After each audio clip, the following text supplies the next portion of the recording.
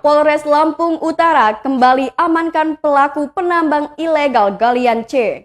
Unit Tipidder Satreskrim Polres Lampung Utara kembali mengamankan 2 orang terduga penambang galian C.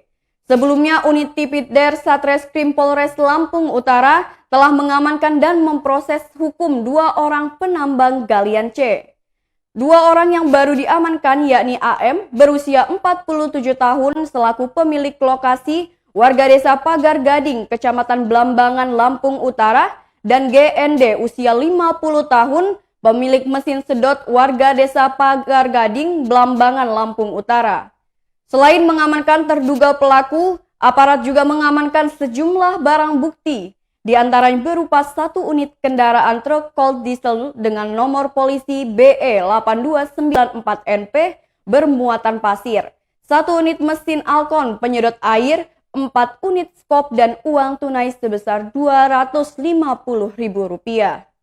Hal ini dikatakan Kasat Reskrim AKP Eko Rendi Oktama mewakili Kapolres Lampung Utara AKBP Kurniawan Ismail pada Minggu 10 Oktober 2021. Kedua terduga pelaku diamankan saat mereka melakukan aktivitasnya di lokasi aliran Sungai Waipa Pengubuan, Dusun Gedung Jaya, Desa Pagar Gading, Kecamatan Blambangan, Kabupaten Lampung Utara pada hari Senin 4 Oktober 2021. Keduanya sudah di Polres Lampung Utara untuk dilakukan pemeriksaan. Modus operandi yang dilakukan, pelaku melakukan penambangan galian C dengan cara menyedot pasir di pinggiran sungai.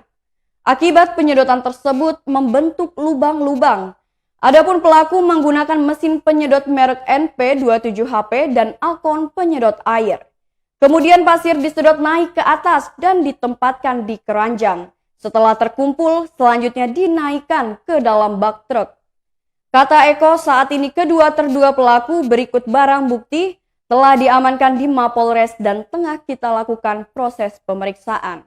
Mereka dapat dijerat melanggar Undang-Undang Nomor 4 Tahun 2021 tentang perubahan atas Undang-Undang Nomor 3 Tahun 2009 yang mengatur tentang pertambangan mineral dan batu bara dengan ancaman pidana 5 tahun.